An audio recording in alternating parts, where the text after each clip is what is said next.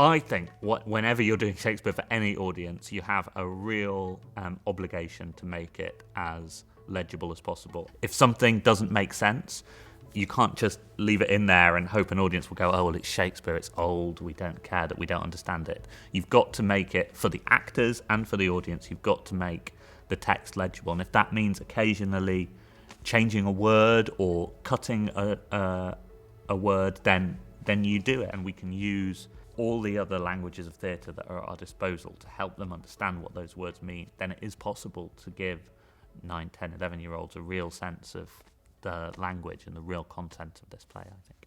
We had to understand exactly what we were saying, but also we wanted to understand it in a modern context. So for many of the rehearsals, we stripped away a lot of the text and just translated it into modern day speech to kind of get a sense of us owning it. And it was quite hard as well, because there's a thing with Shakespeare where everybody goes, it's Shakespeare, and we point at each other and we wear ruffs, and obviously if you're trying to relay it to children, it's maybe not such an easy kind of way of doing it.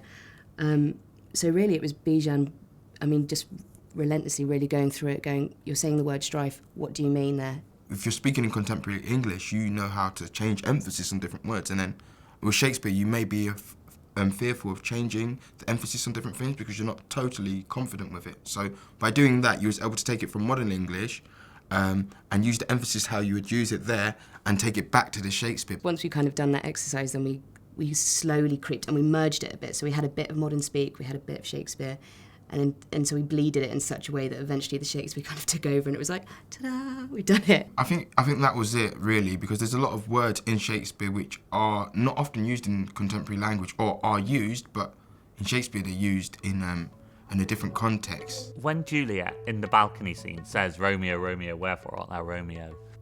It sounds like she's asking where Romeo is. Of course she's asking a much more interesting question of why are you Romeo? Why are you called that name and not another name? In the context of the speech, I think it is obvious that that's the question she's asking. She knows where Romeo is. She thinks he's gone home. What she really wants to know is why he couldn't be called something else. And I think it's all about the performer. You can't change wherefore to why it, because I don't think it's enough of a problem. I think wherefore can be exactly what we want it to be. It was a great moment in one of the earlier workshops where somebody put their hand up after they'd watched a little 10-minute section of the performance and said, I liked the bit where Juliet recited her poetry. And we didn't know what he was talking about, but there was a little bit with a rhyming couplet at the end. I'll look to like, if looking liking moon. But no more deep will I endart mine eye, and your consent gives strength to make it fly.